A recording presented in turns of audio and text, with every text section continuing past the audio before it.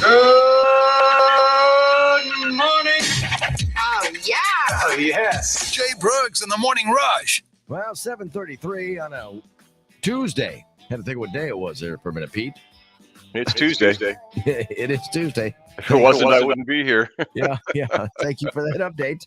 Letting us all know. Right now, 39 in downtown. We're going to talk. We're going to talk about some other things here in just a moment, but I want to talk about the business side of things as far as the road conditions go. And well, how are we doing with everything? More projects ramping up, or is it still waiting? You took the words right out of my mouth. There's more things ramping up as we get further into April. Just yesterday, the US 65 bridge down by Sheffield, that road closed down, so we can start demolishing that bridge and building the new one. And the detour is in place. Also, US 169 just north of Algona, that one shut down yesterday. So you can get going on those bridges. Crews are back on work on the US 69 bridges in Belmont. Sounds like they got the barrier rails poured yesterday, so that's good progress. Hopefully we can, it's all weather dependent, especially this time of year. So hopefully we can get some decent weather. They've got about 4 weeks of work left over there. So if they can get some decent weather, it'll be in and out of there and get that back opened up. Work continuing on the Floyd County interchange. Again, the inside lanes are closed. There are turning restrictions. If you want to make turns, you may have to go up to exit 212 by Charles City and turn around, or there's just different turning restrictions. They're all listed on 511, and we've gone over them before, but just be aware of them if you're traveling through that area. The crack sealing project in the Manly area, as you know, we got a lot of rain last week, so that has been slowed down a little bit. We're hoping to be done with that, but it will continue, possibly be done later today, powerhouse tomorrow. And when they're done with that, they'll move to Iowa 14 in Charles City. So again, be aware, things are changing. Things will continue to change. Watch 511ia.org. And one quick update on the Floyd project too. We were hoping to have traffic on the westbound lanes head to head by Monday. Well, because of all the rain last week and what the contractor couldn't do, that's going to be delayed until probably the following Monday. So what, the 25th.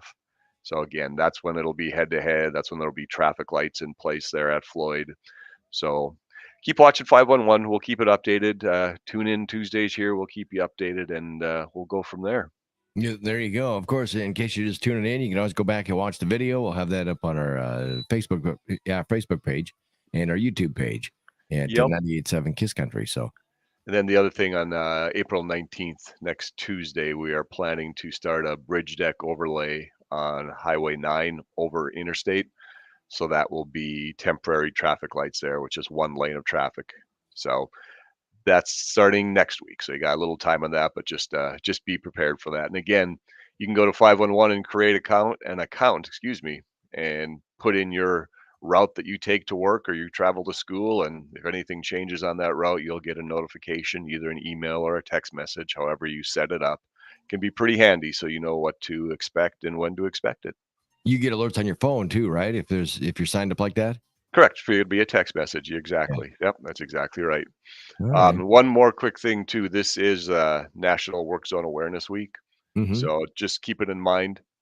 Like we said, things are ramping up. Things are going to be changing on the roadways as far as road work. So just be aware of it. You see the orange sign start slowing down, avoid distractions, pay attention to the road, make sure you got your seatbelts on, just like I said, it's common sense things, but unfortunately we see a lot of people who don't always use that. And we really need that to protect our workers, protect the contractors, and protect drivers as well. So keep it in mind. Excellent. Well, Pete, it's always great to talk to you and catch up with what's going on with the Iowa DOT here locally. And of course, there's things that happen every now and then that we go, you know what, things could get a little crazy. I mean, I know you were a TV anchor and a sports guy, never a weather guy, but nope. I get accused of that. So you would not believe how many times people come up to me and say, "Oh, you used to do weather on KIMT." Nope. No, I did not. No, I did not. I don't want to take any credit for any of the.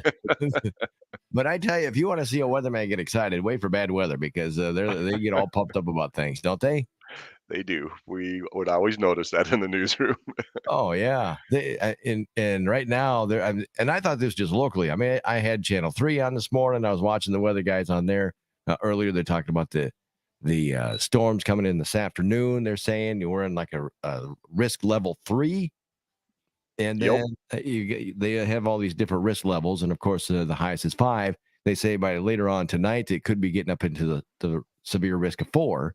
And which is kind of like not heard of, or is kind of like what we had back in December. I think they're talking about. Yeah, exactly. When we had that derecho that went through. Yeah. So, and I thought, well, you see it on one news network, and I thought, well, I'm going to tune in and find out what's going on in Austin, see what they say about this. Well, they're talking about the same thing, and then when I turn the national weather on, they're talking about, well, for the folks here in Iowa, they could be. I'm going, you got to be kidding me. Yeah, no, I was actually listening to WCCO out of the Twin Cities a little bit yesterday, catching up on some of the Twin stuff and that. And their meteorologist, Paul Douglas, who used to do WCCO TV and is very, very well known nationally.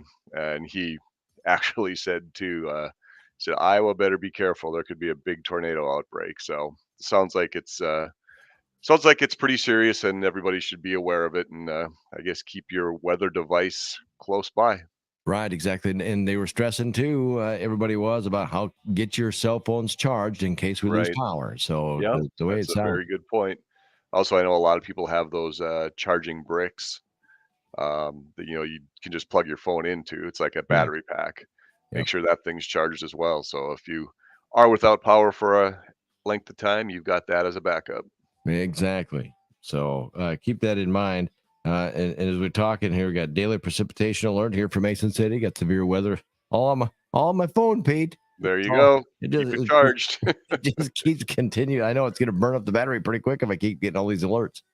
Yeah, it sounds like it could be an interesting day. So again, even it goes back to driving as well. If you're going to be on the road, make sure that you're maybe tune away from XM radio or whatever, and make sure you hit the local stations, because that's what's going to get you notified. All right, Pete, thank you for giving us a local radio stations a plug there. All right, I love it. Here to help, man. That's why you're on every week. Yeah. Pete, great to talk to you. Be safe out there, all right? All right, you as well, Jay. That's the good stuff. There's always good stories that are out.